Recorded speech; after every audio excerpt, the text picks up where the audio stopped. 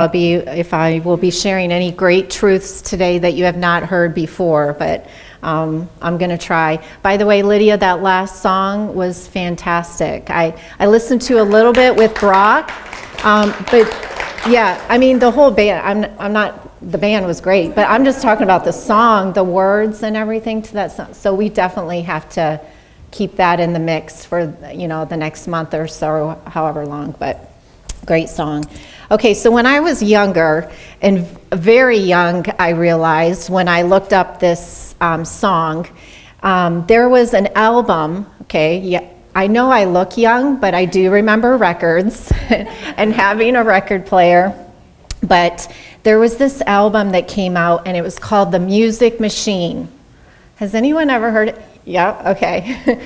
So later on, it became a television program as well. But all I had was the record. I don't remember the TV show or anything like that.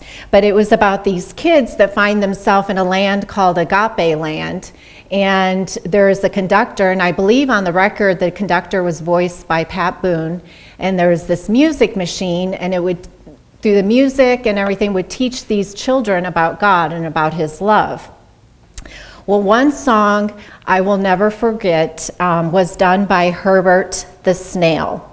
I probably never forgot it because my mom would often sing it to me, probably recognizing something in me at the age of only 6 or 7. I don't know.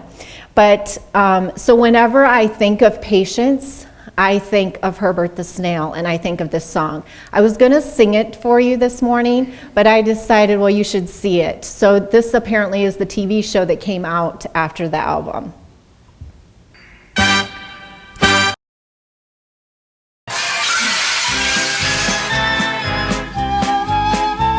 There was a snail called Herbert who was so very slow. He caused a lot of traffic jams wherever he would go. The ants were always getting mad, and the beetles, they would fume. But Herb would always poke along and sing this little tune. This is the song. Have patience, don't be in such a hurry. When you get impatient, you only start to worry. Remember that God is patient too, and think of all the times when others have to wait for you. Okay, that's When good. Herbert Thank was you, Lydia. That song, hopefully maybe it'll get stuck in your head now, but that, have patience, have patience. When Jeff asked me about speaking and gave me, he did give me some options, and I did choose patience, but patience was one of them. And when he was asking me to do it, I immediately thought of this song. I thought of some other things. But last Sunday, Jeff and I were talking, him thinking that he was helping, which he does, he was helping me, gave me some ideas, like, for example, where to go for research, some sites that he uses. He encouraged me to look up other sermons about patience, just to get some ideas and things, which I really appreciate. But then he said to me, and then, hon, pay attention throughout this next week for opportunities to see patience and practice patience, etc. How quickly he forgets, I feel like I practice patience every day with him and the boys. No. I'm just kidding, kind of. But on Monday, okay, seriously, the next day, wouldn't you know, something happened. So let me talk to you a little bit about my chair. I have seen this chair. It's actually Michelle Gardner owns this chair in her home. And I've sat in it. Her and I have both sat in it. It's that big. And I thought, that's the kind of chair I want in my bedroom. So she told me where she got it. I have been looking forever for this chair. I've been researching it. I've been on the internet. She told me she got it at Levin's. I've been looking at Levin's. She said she got it on the sale floor. I don't think she did, but she insists that she did. I found something similar, but it was out of the price range. And anyway, I have been looking like crazy for this chair. And finally, we went out Monday to look at Levin's. And I did find something that I could have taken home right then and there. And it was decent, it was nice. But I showed the lady a picture of the chair I wanted. And she said, oh, I'm sorry, we don't have that. But the store out on 19 does. And so I thought, okay, so I took Jeff home and I drove out to McMurray to the Levin store on 19. The story is crazy. I looked all over for this chair, didn't find it. Long story short, I finally went up to a guy and I said, listen, the store in Pleasant Hill said you have this chair. I don't see it anywhere. And he got somebody to help me. They looked, they said, it's here. So let's go try to find it. Sure enough, it was actually a chair that I had seen. And I kind of walked right past because it didn't look what the internet picture showed me. So I sat in it and I thought, okay, this is it. I like it. I have finally found my chair. And so I said, let's do it. I'm ready to get it right now. So we go up and the guy's on the computer and all of a sudden he does this. Oh. And I was like, what? And he said, it's not available until June. And I was like, June? I have waited so long for this chair up in my bedroom. And he said, yeah, I'm sorry, COVID. You know, I blame everything on COVID these days too. But he said, you know, as you all I'm sure know, it's backed up everything. And so he said, I'm sorry, I can't get it till June. And I said, well, I can't wait until June. So I left the store. Okay, so remember, patience. So I come home, I tell Jeff what happened. And I told him, I said, you know, I'm not waiting until June. I've waited too long already.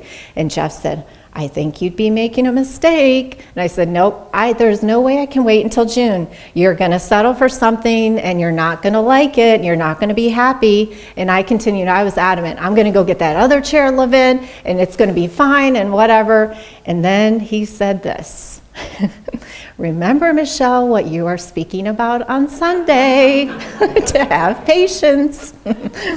So one of the definitions of patience is the capacity to accept or tolerate delay, trouble, or suffering without getting angry or upset. We become impatient out of our frustrations. Frustration is agitation triggered when our needs are not met, and usually they're not met immediately or when they think that they should be met. We have become so used to getting our needs met immediately, haven't we? I remember dial-up internet. I wanted to get the clip. How many have seen the movie The Proposal? Okay, she goes to this internet cafe and she sits at the computer to go to get her email, and this thing starts making noise, and I wanted to get the sound clip to that noise, and she's like, what's going on? Like, she's never heard that before. And so dial-up internet, when I remember it because Jeff and our relationship was mostly long distance before we married. And I remember going into the office and clicking on that to get to the internet, hearing that sound, waiting patiently, and then as you know, it came on. I'm so excited because hopefully I've gotten an email from him and I can send mine to him, you know. So it was great. Now I think of my computer at work and I'm tapping the mouse, and if it doesn't go to the site immediately that I want, I'm like, this stupid computer, I can't take it anymore. Or a page doesn't load as fast as we need it. We've just become so used to it. And so with technology, with things like that, of course, it has brought many good things, but it's also brought a low tolerance for frustration. With patience, you're able to step back, able to regroup, instead of acting or aggressively reacting or hastily giving up on someone who's frustrating you or a situation that is frustrating you. Frustration prevents emotional freedom. Expressing frustrations in an effort to resolve them is healthy, and it should be done, but it has to be done in a non-irritable, non-hostile place. If not, you put others on the defensive. Conquering frustration will revive your emotional life by making it your choice on how you handle the daily hassles and stresses. Patience brings freedom. So I have another video I want to show you. I saw this video and this cracked me up. It's just, I feel like a good visual example of patience, and it has to do with children. Are you able to start it at like 30 seconds, Lydia, or is it better just to start it from the beginning? From the beginning? Okay, so I won't even set it up for you because the teacher does it at the beginning. It's a little long, but there's a girl at the end that I could have cut it short, but you have to see this little girl. So, all right, go ahead, Lydia, thank you.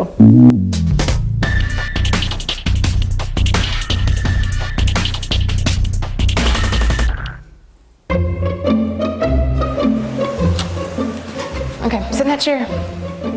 All right, here's the deal. Marshmallow for you. You can either wait, and I'll give you another one if you wait, or you can eat it now. When I come back, I'll give you another one, so then you'll have two. But stay in here and stay in the chair till I come back, okay? All right.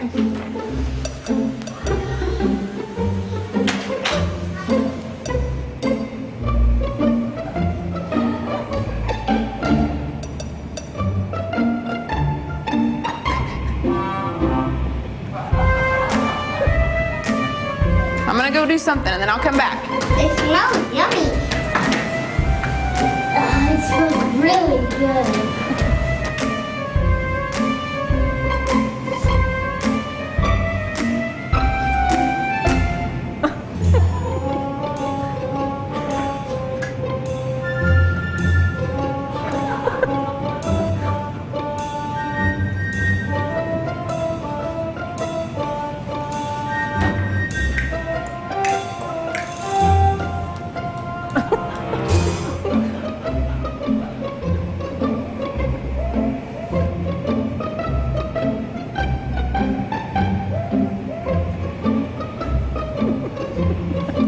So it's up to you. You can have it now or you can wait. Okay?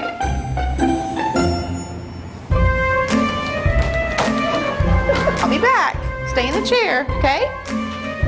Okay.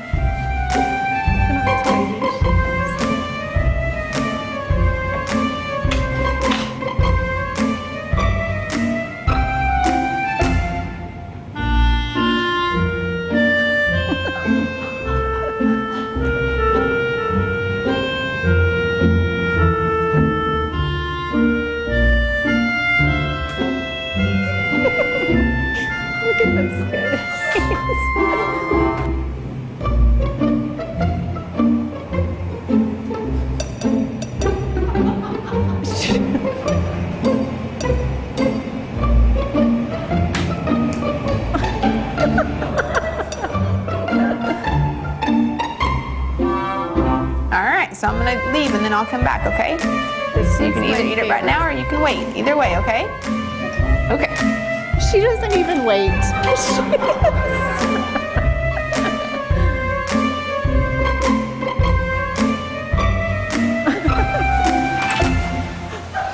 How'd you do? Did you do good? You did? Yeah. You wanted to eat it, didn't you? Yeah. So did I tell you to give you another one? Okay, now you can have both. You need them.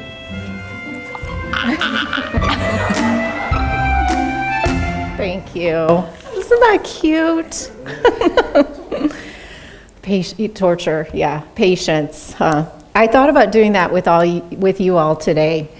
Maybe bringing in a piece of chocolate or something. I don't know, but no, I thought I'd do the video. So let's go a little bit deeper in learning about patience.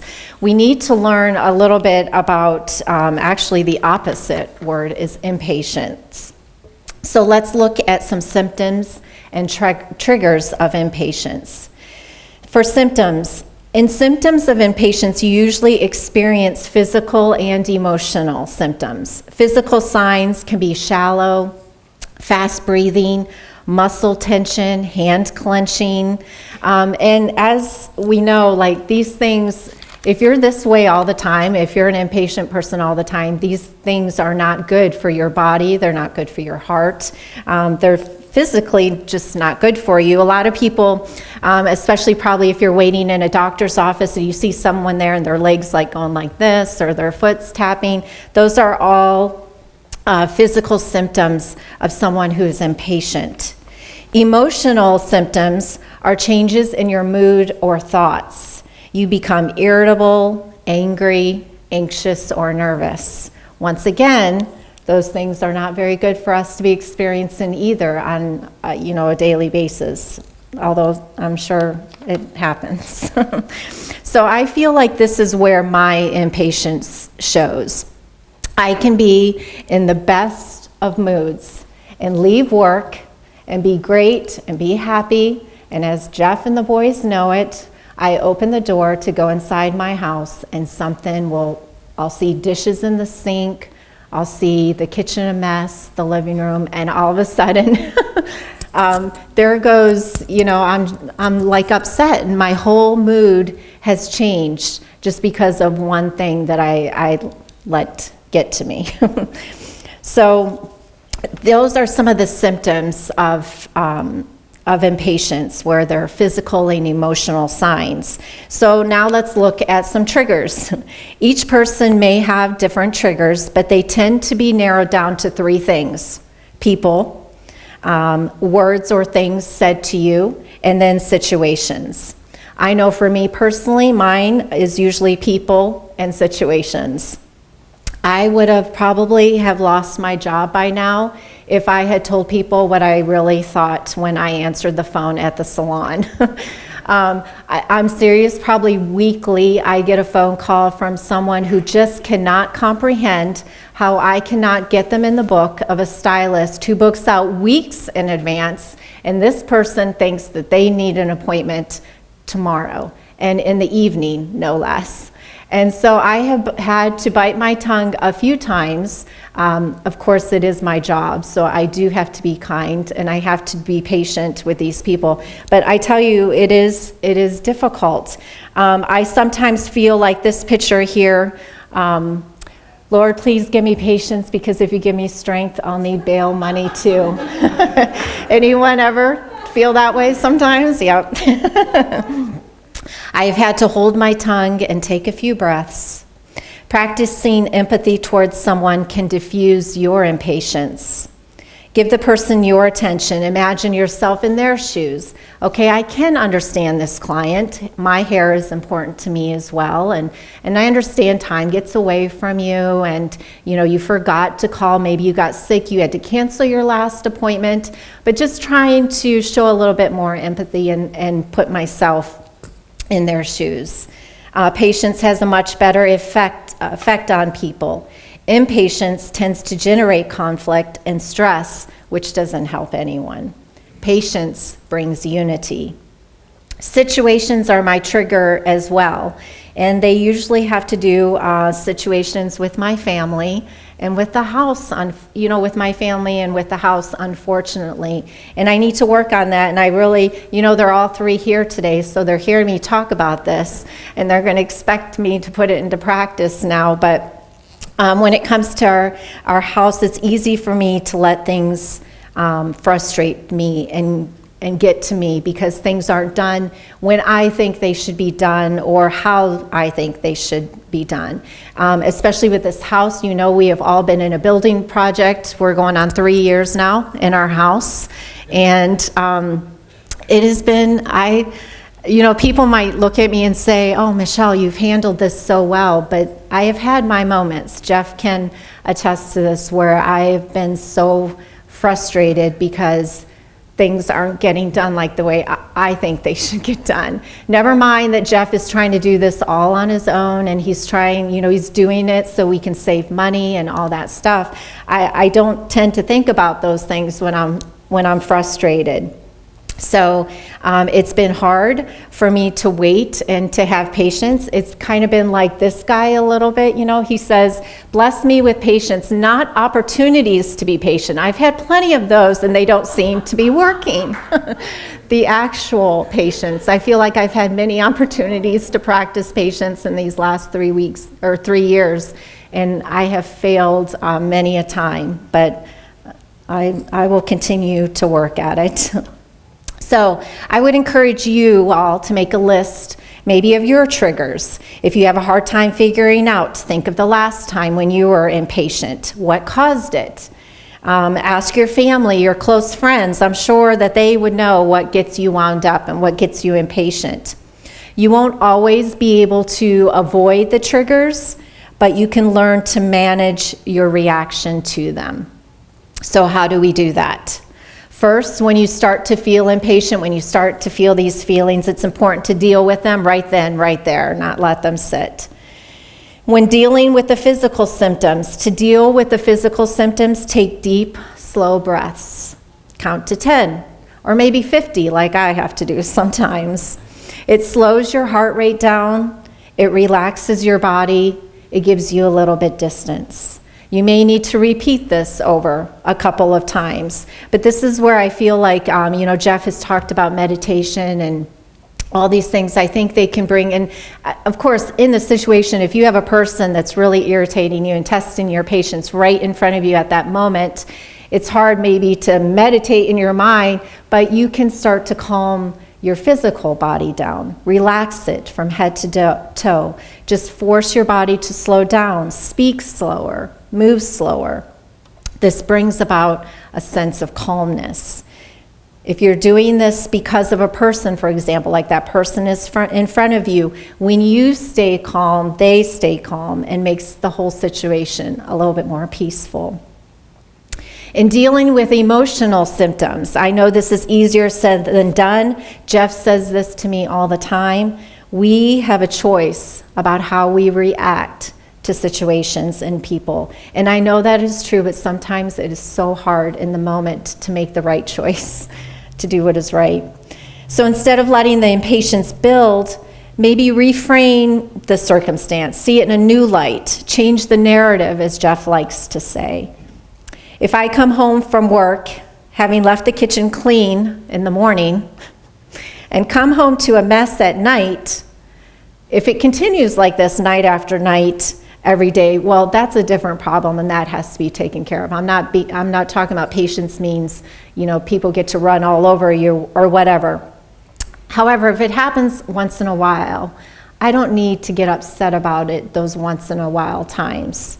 So maybe something that I need to do when I come home from work at night is maybe stop before I even open that door and just stand there, take some breaths, think, okay, I may see a messy kitchen, I may not, I don't know, but I'm going to give my family the benefit of the doubt. Maybe they were busy today, maybe they just ate, they haven't had time to clean up. Change the story in your own mind of maybe what has been going on, and then hopefully have a better reaction and I can open that door and still be happy and still be excited to be home and be done with work. So patience, like I said, it doesn't really make you a doormat or unable to set boundaries with people. It lets you read the situation to get a larger, more loving view to determine the right action. I would encourage you to, maybe some of you don't have a problem with patience and you're a patient person, that is awesome. Maybe others of you aren't really sure. Maybe I feel like maybe for the most part we can have impatient times and be impatient, whether it's with someone else or situations. I feel like moms, we deal with impatience a lot, not to knock the dads or anything like that, but I just feel like we really encounter this on a daily basis with kids, especially if you're have younger ones at home. But practice patience. Maybe there is a difficult person at work. Engage with them more. Put it to practice. Try it out. Maybe when you go to the grocery store and instead of choosing the short line, choose the long one. And see how well you do. Jeff, I don't know if he would ever do that, but and then use that opportunity if you're waiting in the doctor's office and he's late or she is late and you're sitting there, well, enjoy that time. Think about something else. Try to use that time for something else. Change the story, change the narrative. Okay, finally, what does God say about patience? It was interesting. I read a statement from a psychologist, and I used a lot of her information for today in talking about symptoms and triggers and things like that. But she said this: I am struck by the fact that every world religion sees patience as a way to know God. That gives me an incentive to practice it, and perhaps it does for you too. While frustration focuses on externals, patience is a drawing inward towards a greater wisdom. I thought that was very interesting coming from a psychologist. Romans 12:12 says, rejoice in hope. Or I should say a psychologist who does not have a faith, not just because she's a psychologist. Okay, Romans 12:12 says, rejoice in hope, be patient in tribulation, be constant in prayer. In life, as you all know, we are going to have trials. We are going to face many difficult situations. As believers, we can find hope in knowing that we have a loving God who is patient with us. Just like I love that line in the song, remember that God is patient with you. God, He is in control of our lives. When we put our trust in His perfect plan rather than our own, we don't need to feel anxious, worried, or impatient. And sometimes this is hard. I know that's a whole nother message of learning to let go and let God take control. And it's tough, but we do have a loving Father who is willing to do that for us. In addition, we do not have to struggle to find patience within ourselves. We can call upon Him for His help. As always, He can give us the strength to be patient. While we may not understand the waiting, we can rest in the fact that God works all things together for the good of those who love Him. Rather than trying to make things happen, we can let go of the reins and give Him the power in our lives. The original Webster's Dictionary says this about patience. The suffering of afflictions, pain, toil, calamity, or other evil with a calm, unruffled temper. Endurance without murmuring or fretfulness, from a kind of heroic pride or from a Christian submission to the divine will. Reading this definition, two things kind of came out at me. One was endurance without murmuring. How hard is that for anybody, not just me, sitting in traffic, for example, and not complaining, or you're waiting on somebody, not complaining. Yet, what an opportunity for me, like I said before, and using those times, using that time I'm waiting, use the delay to work on my patience. The second thing that hit me was the part where it says, a Christian submission to the divine will. How many times are we placed in a difficult situation or forced to deal with what we might think is an impossible person or difficult person? These circumstances are always opportunities to grow in patience, to learn to submit to God's will, and often to minister in some special or unique way. There was a situation at work that happened, and this one girl has been having one of our staff members just having a very difficult time, and I guess she's had difficult times before. And so I saw it even around our staff that these girls had kind of lost their patience for this girl. And me coming in, I had no idea what her history was. So it's sometimes easier when you're an outsider and you don't know the history, because you can be, loving and a little bit more patient. And I reached out to her.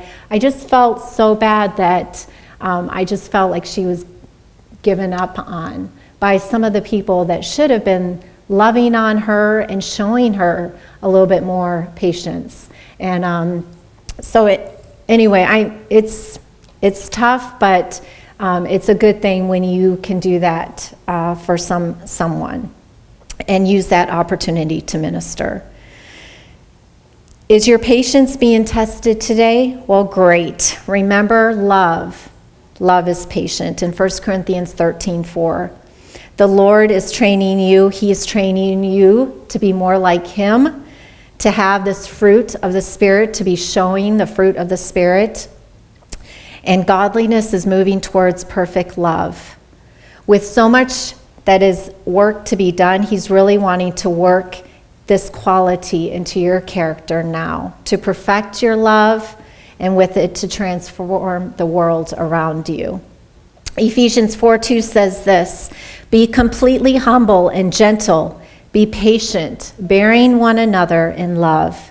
Make every effort to keep the unity of the Spirit through the bond of peace." Colossians 3:12 says, "Therefore, as God's chosen people, holy and dearly loved, clothe yourself with compassion, kindness, humility, gentleness, and patience." 1 Thessalonians 5:14 says this, "And we urge you, brothers and sisters, warn those who are idle and disruptive, encourage the disheartened, help the weak, and be patient with everyone." Be patient with the difficult ones and the easy, loving, easy-going people. Be patient with everyone. I'm going to be honest with you. Patience is tough for me. I struggle with it. Like I said, I struggle with it probably on a daily basis. I'm still praying for it. I'm still failing at it. And sometimes I succeed at it. I just know that I need it and I want it because it's a fruit in me that shows others Christ's love.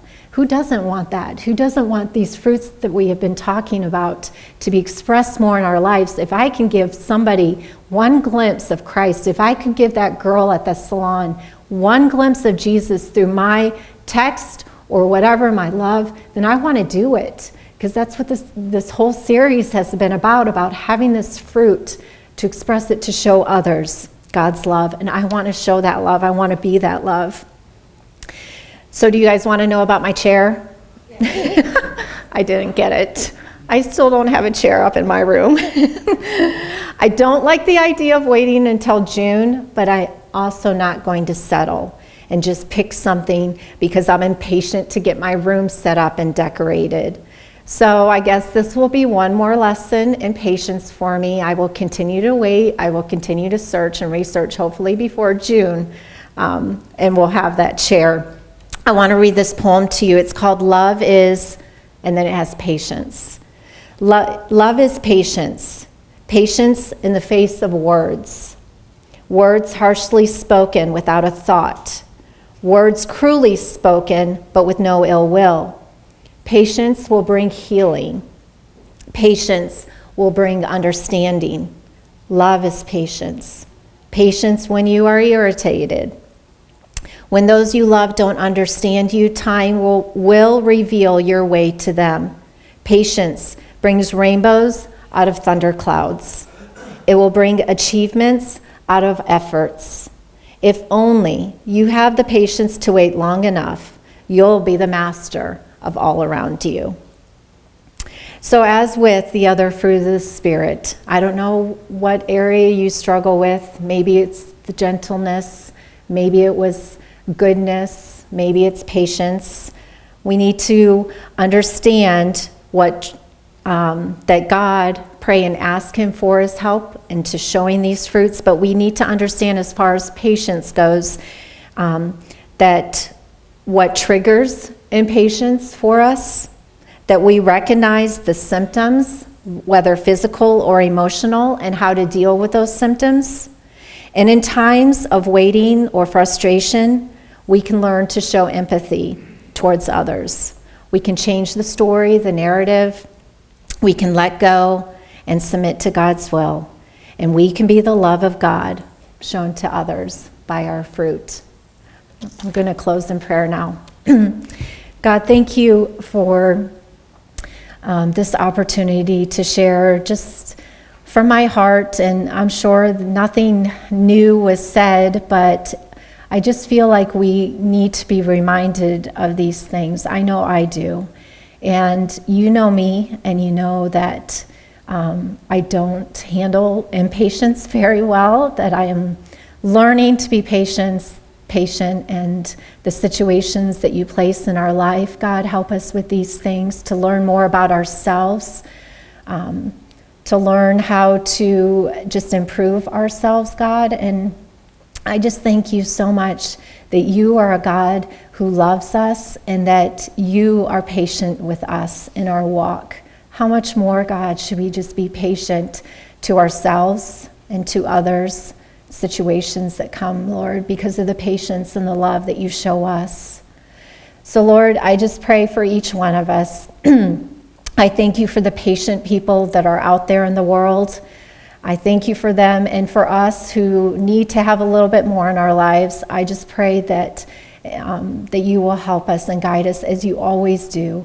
And in little steps, we might not have it all together by tomorrow or tonight or whatever, but God, just the little steps that we take, it just brings us closer and closer as we seek after you, as we seek our relationship to draw closer to you, that this fruit will become more alive in us and more expressive, and that we will be able to show others your patience, your love, your goodness, your kindness, God.